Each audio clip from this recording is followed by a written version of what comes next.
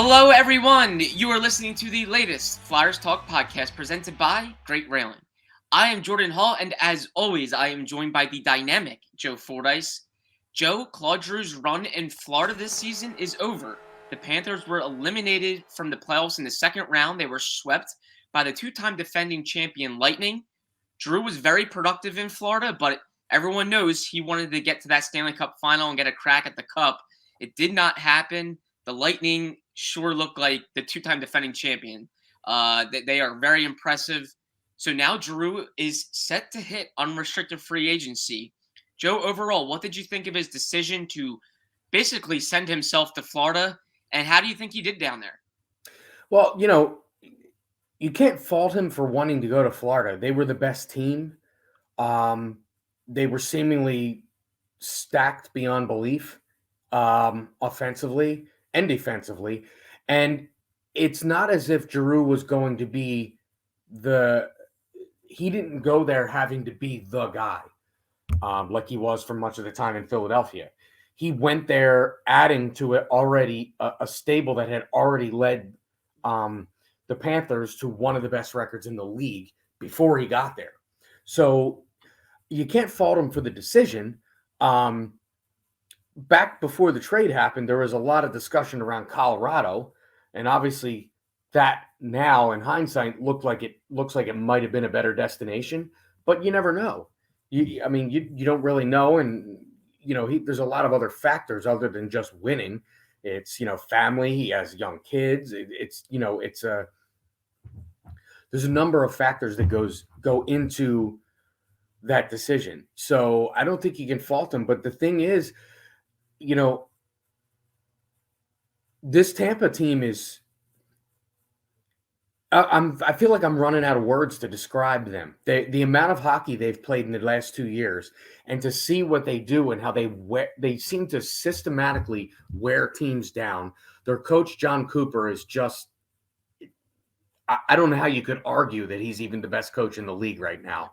To get this much out of their players, and you just see how all those guys, they've won. A lot of the guys on the team right now have won 2 rings, and they're laying it on the line every night, blocking shots. I think Stamkos went up the tunnel 3 times in a game the other night, and he barely missed a shift.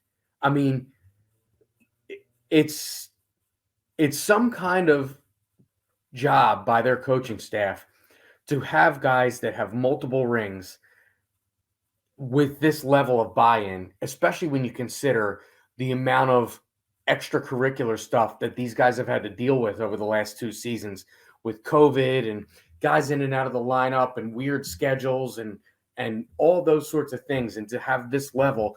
And, there's no way to put the Florida Panthers ran into a buzzsaw, much like the Toronto Maple Leafs ran into a buzzsaw in the first round, but that series went 7 games.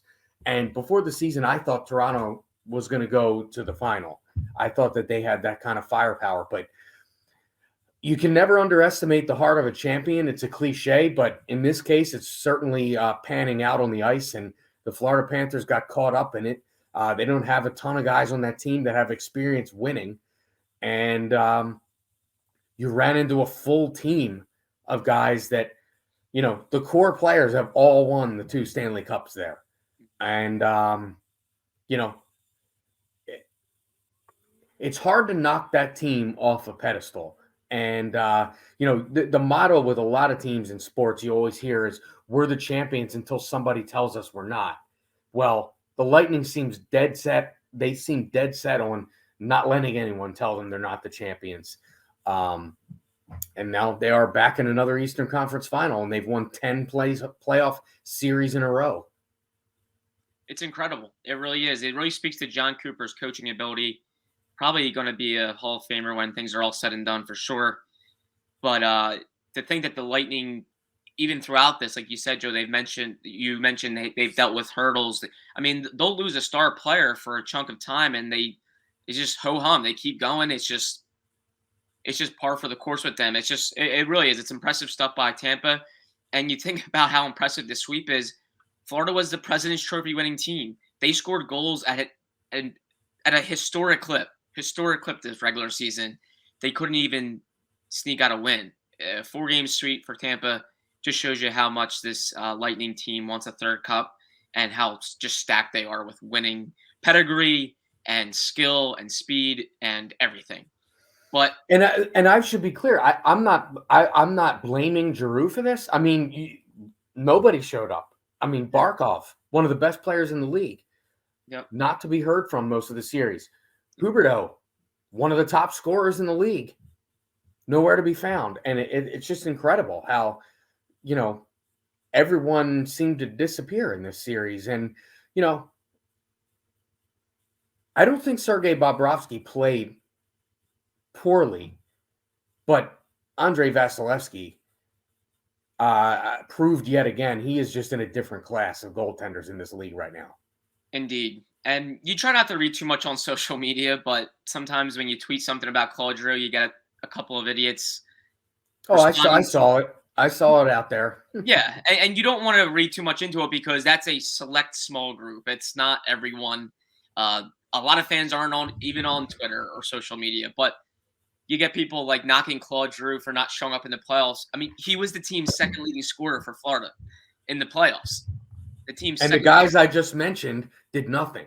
Right. Their star players that have been there all season struggled more than Claude Giroux. Claude Giroux actually had 8 points in 10 games. He was actually pretty good in the playoffs. He had 3 goals, 5 assists in 10 games, and he was over a point per game player when he went to Florida. He had 31 points in 28 total games with Florida, including the playoffs. Panthers were 19-9-0 in the games that he played, so they were pretty good. They were pretty good with Claude Giroux. They happened to get swept by Tampa Bay, the 2-time defending champs. I mean, Claude Giroux was a major acquisition for them. It was a successful trade for Florida. They got exactly what they're expecting from Giroux, but he's 34 years old. It's not like he was going to go down there and put the entire team on his back and beat the Lightning by himself. Had a good playoffs, and hindsight truly is a beautiful thing. It's a beautiful thing always. I mean, Claude Giroux picked one of the best teams. If that's the team he wanted to go to, Chuck Fletcher admitted that he had a very limited group of teams that he could deal him to. It sure sounded like Claude Giroux wanted the Panthers. Who could blame him? It was a very good team, one of the best. And all hockey people said this year was that this Stanley Cup playoffs was wide open, that there was a major number of teams that could win this cup. It was very tough to predict. I think we're seeing it still, that you're not exactly sure who's going to win it all. So Giroux, I thought he made a good decision. It was more about, it was much more than just going to the best team. I think Florida was a nice destination for him and his 2 younger boys and his wife. You're not traveling across the country. You're not changing time zones. I think that played a factor. He's 34 and he's got 2 young kids. Like, these things factor into it all. So, I don't fault Claude Giroux for anything. I thought he went down there. I thought he was successful, and they lost in the second round. It happens. Yeah, and if you're a fan of the Florida Panthers or a media member covering the Florida Panthers, I'm pretty sure the criticism columns are not centered around Claude Giroux. They're centered around Alec Barkov and Jonathan Huberdeau and the guys that I just mentioned. They made the guys that were good for them all season were making plays. The game that they lost with 3 seconds left in the game, Mackenzie Weegar makes a ridiculous error behind the net to play the man and lets the pass go through to a guy on the doorstep and leaves his man. I mean, these are plays that cost you games. And in this area, people are going to focus on Giroux went there and they lost. But down there, I'm pretty sure the names Barkov, Huberdeau, Duclair, the guys that have been there all year that didn't really show up in this series, they're the ones being blamed for what's going on. And you mentioned about how everyone going into the playoffs said that these playoffs were wide open. I feel like the Lightning have the look of a team that took that to heart. Like, wait a second, everybody kind of forgot about us, so we're just going to do what we do. And that's what they're doing. And then they're in the Eastern Conference Finals against either the Rangers or Carolina. I think it'll be a great series regardless of who they play between those 2 teams. Absolutely. Flyers Talk is brought to you by Great Railing. Stop into Great Railing for the highest quality and lowest prices on all your railing, decking, and fencing needs. Well, Joe, I think the big question then became, once we saw Giroux was officially eliminated, what's next? What is going to happen with Claude Giroux this summer? He can hit unrestricted free agency. I'm not sure anyone really knows. I think the diehard Giroux fans here in Philadelphia are crossing their fingers that maybe he signs and comes back. I think the chances are very slim to none. But Joe, do you think Giroux could come back to Philadelphia, or where do you think he could go this summer? What's in store for Claude Giroux? Yeah, I don't think the chances are very high that he comes back here. And the couple teams I was thinking about are probably going to make Flyers fans cringe, but I feel like at this stage in his career, he could really help a team like Boston because Patrice Bergeron might retire, and if Patrice Bergeron retires, then all of a sudden you can see him fitting in even more. Um, and I also think a team like the Rangers. Um, a veteran guy who is versatile in terms of the positions that he can play. Um, I think he could help either of those teams, and either of those teams would make Flyers fans cringe. But, we've seen that he's interested in staying on the East Coast. Those two teams are East Coast teams, and I could really, really see him with either of those teams. But I think his chances of coming back to the Flyers are very, very slim at this point in time. Agreed. And it's very similar to when the trade deadline was nearing and everyone's wondering what's Claude Giroux going to do. Is he going to waive his no move clause? Where does he want to go? Very little people knew. Very little people, only the people that were probably closest to him. And of course, Flyers management, Chuck Fletcher. Similar to this situation, it's tough to tell. It's tough to get a read what he's going to want. I'm sure he'll eventually address reporters down there in Florida for cleanout day. I don't think he's going to say much. But yeah, does he want to maybe play for a Canadian team? Is that maybe something on his bucket list of, obviously being a Canadian-born player? Would he eventually want to play for one of those franchises? Does he want to stay on the East Coast? He's very used to the East Coast. It would make his move probably a lot easier. Maybe he's grown accustomed to that. Is he going to really look for a team that's like right there on the verge of the cup? So many things come into play, but I will say the one gut feel I have, and I kind of feel strongly about it, I just don't think a reunion with the Flyers is going to happen. I know it's possible, obviously. He will have his pick of teams. I think the Flyers would be interested. I just don't think he wants to. I don't want to say he doesn't want to come back because I think he loved his time in Philly, but I think that chapter has fully turned. I think he's ready to try something else, just like he did with Florida. And for me, he's not one for attention. And I think this would bring an awkward attention to him. If he comes back, it's like, okay, is he the captain again? How does he fit back in with the new pieces and the guys that are here that maybe felt they were ready to step up into his shoes? I think he felt goodbye was goodbye when he had that send-off in his 1,000th game. It was emotional. The fans did everything for him. The organization did everything for him. To me, that was goodbye, and I think there will be an awkwardness if he came back. And I think he feels that way. I think he knows maybe that was goodbye for good. What do you think, Joe? Well, here's the other thing, too. Anything can happen, but this team is not on the verge of winning or contending for a Stanley Cup. So I can't figure out why he would come back here, aside from the sentimental factor. But if he chose Florida because he wanted his best chance to win, then why this offseason would he then choose a team that's not on the verge of winning? Or, I mean, I don't want to say anybody doesn't have a chance, but this Flyers team you would think is a few years away from contending. I'm not sure that's what Giroux's looking to be part of at this point in his career.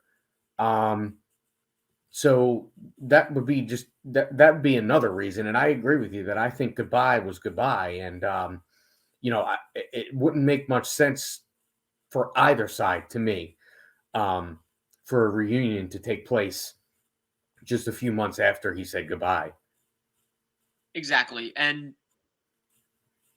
you would think that he got a real drive from being in the playoffs again. Like, it probably really fueled him to get back there and get close. And like you said, Joe, the Flyers are not there right now. Just too many question marks. And you wonder if even the Flyers would be super open to it. Claude Giroux is going to make a decent amount of money. Obviously, he's not going to make the money that he made on his previous deal. He's at a different stage in his life and his career. But he's going to make a decent amount of money. He probably wants some years on his deal, too. And the Flyers are certainly in a pretty big retool where they're trying to get a little younger. trying to look at the future a little bit more. They want to get better quickly, but I do just feel like that was goodbye for good. But as for where he's going to go if it's not the Flyers, I have no idea. It wouldn't surprise me if he's even interested in Florida again, given Huberdeau and Barkov are still in their primes. Florida has a really good team. It's beautiful weather down there, so it wouldn't surprise me if he's interested in going back there and trying to run it back and see what Florida can do. Maybe Florida's a piece or two away. Maybe they feel strongly about that. I'm not sure. But Joe, it's interesting that you mentioned the Bruins and Rangers. I guess we'll have to see where this goes with Claude Giroux, but certainly a major storyline going into the offseason. And it will be weird to see him, whatever jersey he wears, it will certainly be weird to see him in that. I found it weird throughout the playoffs trying to pick him out when he was on the ice. Yeah. In the Florida Panther jersey. So if you're not used to that, then you may have to get used to another new jersey, and that'll be even more weird. And in terms of, you mentioned about the money, I think the Flyers need to invest sizable money elsewhere. They need to invest it in somebody that's going to score more goals than Giroux is going to score. Let's be honest, at this point in his career. So again, I just don't think it makes sense for either side for a reunion to take place this offseason. I agree. You look at his numbers with the Panthers, they were really good, but it was lopsided. It was 6 goals, 25 assists. That's fine. Playmakers are awesome. Like, you love playmakers, but the Flyers, for a while now, have been known to have too many playmakers, not enough goal scorers. Giroux went to a team with a lot of finishers, a lot of talented pieces that can finish and also facilitate. Everyone knew he would blend in so well there. It's a talented guy that if you look at him as almost like a complimentary guy now, boy, that's a very good complimentary player. I don't think the Flyers need another playmaker. It's fine if they get a playmaker, but they need more finishers, plain and simple. And you would think Giroux would probably fit better elsewhere and get a better chance at the cup elsewhere. It's just cut and dry right there. Joe, while the team continues to interview head coaching candidates, that's obviously a major topic right now for their organization. The first big decision of this offseason, they have made a couple small signings. They re-signed Nick Seeler and re-signed Linus Sandin. Let's start with Seeler, Joe. I thought that was a fine move. He's going to make the league minimum, 2-year deal, $750,000. Good depth defenseman, 7th or 8th guy. He's going to compete for that extra role, and I think you can rely on him when you need. And I think he's a very good teammate. I have no problem with that. It's not like they're devoting 3 or 4 years and well over $2 or $3 million or something. He's making the league minimum, and I think he's a solid guy. Did you have any problems with that? No, not at all. And you saw him willing to mix it up when to defend teammates very early on in his tenure this past season. So I definitely think he's a good guy for the locker room. And like you said, he's a good lower end defenseman. And I feel like he was in this group of guys who were kind of on an audition type of role this year. When I think of him, I also think of a guy like Zach McEwen, who came in, limited skill set, but a guy who's willing to get in there, defend his teammates, be a good teammate, and occasionally, mix in some offense, but be an emotional type of player that can get people fired up. And I think Seeler did that. And yeah, no problem with bringing him back. And I would have no problem if they were to bring a guy like Zach McEwen back as well. And I know, Scott Hartnell was super impressed with the energy and the sort of the emotion that McEwen brought to every game that he played in. So, you really can't go wrong with guys like that as long as you're not relying on them too much. So, I definitely think that was a decent move. Exactly. When those depth guys are depth guys, it's fine and well. But yeah, if you have to see them climb your lineup or play bigger minutes than they should, that's when you start questioning what guys you have in place in the right roster. But these are fine depth players, and you see the physicality really go up a level in the playoffs. You're going to need guys that are willing to do those little things, Nick Sealer was certainly a guy that embraced blocking shots, standing up for teammates. I don't want those qualities on a top pair, but if he's a seventh or eighth defenseman, I think that's perfect. That's exactly what you want. He can go in there, be reliable, and I think that's what you get in Nick Sealer. With Sandin, Joe, a Swedish winger, depth guy, played one game so far in his NHL career. It was last season. He made his debut. 1 year deal, making the league minimum. He'll get another crack at maybe some more NHL games. I was okay with it. Again, these aren't moves that I think you really need to have this strong opinion on. He was a restricted free agent. Flyers kept his rights and are going to keep him in the organization. Yeah, I mean, you need guys that are serviceable players, and I think anybody that's made enough of an impact to come up and play in the NHL at all. I mean, even if it's just the one game, clearly they caught somebody's eye to be elevated to that level, even if it's just for one game. So, no issues bringing him back and, keeping him in the organization. And this is all, every team deals with injuries. You don't know how severe you're going to deal with them or how much, but it is always nice to know that you have guys on lower levels of the organization that have experienced an NHL game that can come up and make us, a spot appearance with the NHL team and you never know. I mean, you hear stories all the time about guys developing late and ending up being really serviceable players. So, definitely fine with that re-signing as well. And one thing I'll say about Sealer real quick, going back to him, you want guys that are going to be good teammates. Like that goes a long way over a course of a season. You're trying to get guys that are going to be okay with sitting. They're going to be okay with not getting things handed to them. So you need good human beings in those roles. And one thing I remember about Nick Sealer, when Ronnie Attard came up for his NHL debut, here was a young kid that the organization is super high on that plays Nick Sealer's position and was going to essentially be taking playing time and minutes away from Nick Sealer. That first practice, where obviously, a college kid's jumping into an NHL practice, probably needs some help, probably doesn't know exactly what's going on. He said Nick Sealer went out of his way to really help Attard, show him the ropes. Hey, do this, do that, go there. Here's what this drill is. I mean, that tells you a lot. Nick Sealer didn't have to do that. But I think he's a good teammate. Same with Sandin. He's going to give the organization depth, and maybe he'll get a game or so, or maybe he'll jump up and prove he can play and help this team. So find smaller moves right now amid this coaching search. Yeah, I mean, you just mentioned sort of Sealer almost being a mentor to Ronnie Attard. Not that Sealer's not like your top defenseman who's looking, but just you don't see that a lot in other sports. I mean, it just comes to mind a couple weeks ago, the Tennessee Titans in the NFL draft Malik Willis, and Ryan Tannehill comes out and says publicly, it's not my job to mentor him. Yeah. And, professional athletes are very competitive, whether it be their opponents or somebody that's vying for the same job within an organization. And you just mentioned guys that should be competing for the same job and the one being, mentor-ish to the other one. And it tells you a lot about that person when they're willing to do so, when we see so much of the opposite occurring across sports, not just hockey. So true.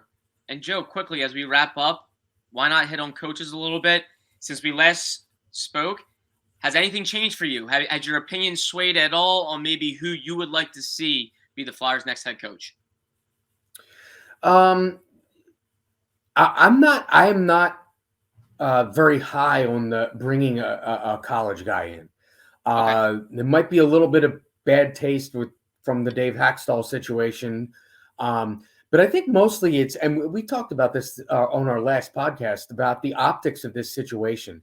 There is definitely a component where if you hire a guy, and I'm not saying David Quinn's a college coach, but most of his coaching has been in college. He coached at BU, and that's really where he had his success as a coach. I don't think that is not it's not splashy enough for what the Flyers need. And I'm not talking about splashy just in the way it looks.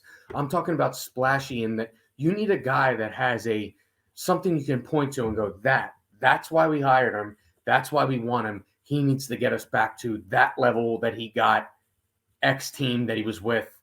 And I think they need to go with an established guy. I really do. Of course, they went with an established guy with Alain Vigneault, but you see it all the time. You see guys who have had some success elsewhere, and then they just need to get to the perfect spot to kind of reach new heights. And I just think that's the best chance for the Flyers now, and particularly in trying to make this a quicker turnaround as opposed to a lengthier turnaround. I really and with a young kind of retooling team, not knowing what you're going to do in terms of the roster in the offseason, I just think an established guy is a much better route to go for this team. I do too. Winning cures all, and winning puts butts in seats, but the Flyers can't win a game before the season starts. And the fact is, they need to generate excitement and get fans, going again, put them in the Wells Fargo Center to start the season. And what would do that is an established head coach with pedigree, with some cachet, not a younger guy that fans don't know. So that is a really tough spot for the Flyers. They maybe Chuck Fletcher does really like an inexperienced guy that he would maybe love to gamble on, but I'm not sure they're in that spot because the Flyers, we've talked about it, they need to rejuvenate the fan base. They need to get people excited over the dog days of the summer where things are a little slower and people are still kind of stewing over the frustration of the last two seasons. They got to get people going again, and a big splash would certainly do that before you can even win a game or hold a practice. So that has to be held. That has to be taken into account without a doubt. For me, I think Barry Trotz should still be the guy they should be aiming for, but he will certainly have his pick of the litter. Who knows where that's going to go? If not Barry Trotz, I still look at Jim Montgomery. I still look at Rick Tocchet. I think these are guys that have some experience, some things to add, and some passion to bring to the Flyers. And I would throw John Tortorella into that group too. Yeah, Joe. We touched on him a little bit before last time, and gosh, if you're looking for a guy that's going to light a fire underneath the Flyers and really get guys to buy in from day one, and get the fans super interested because the fans are familiar with him. Yeah. Of course, they faced him way back in 2004 when he was on the way to the Stanley Cup with the Tampa Bay Lightning. Flyers took them to 7 games. The Lightning went on to win the Cup. And then obviously his stops with the Rangers where he had, obviously several run-ins with the media that end up, I don't want to say viral because viral really wasn't a thing when he was with the Rangers yet. But then Columbus as well. And if you think way back to the series with the Lightning in 2004 when he was with the Flyers, he was that was when Tortorella famously told Ken Hitchcock to shut his yap, which is maybe the most famous of John Tortorella quotes. And I think that the fans would be excited about having someone with that fiery personality behind their bench. But we'll see. So I think his name definitely has to be in that mix too. Yeah, absolutely. 100%. And certainly has some Philly vibes to him. That's for sure. Well, Joe, thanks so much as always. Great seeing you. Great chatting with you. We'll continue to cover the coaching search and continue to have all the coverage throughout this offseason as it picks up. But first, of course, that big decision for the coach. And then, of course, seeing Claude Giroux now hit the offseason, and we'll follow that as well. But thanks so much, Joe. As always, Ben Berry, our podcast producer and guru, a special thanks to him. And Flyers fans, of course, as always, thank you for listening to the latest Flyers Talk podcast presented by Great Railing. Wherever you get your podcasts, please rate and listen, and we can't wait to talk to you next time.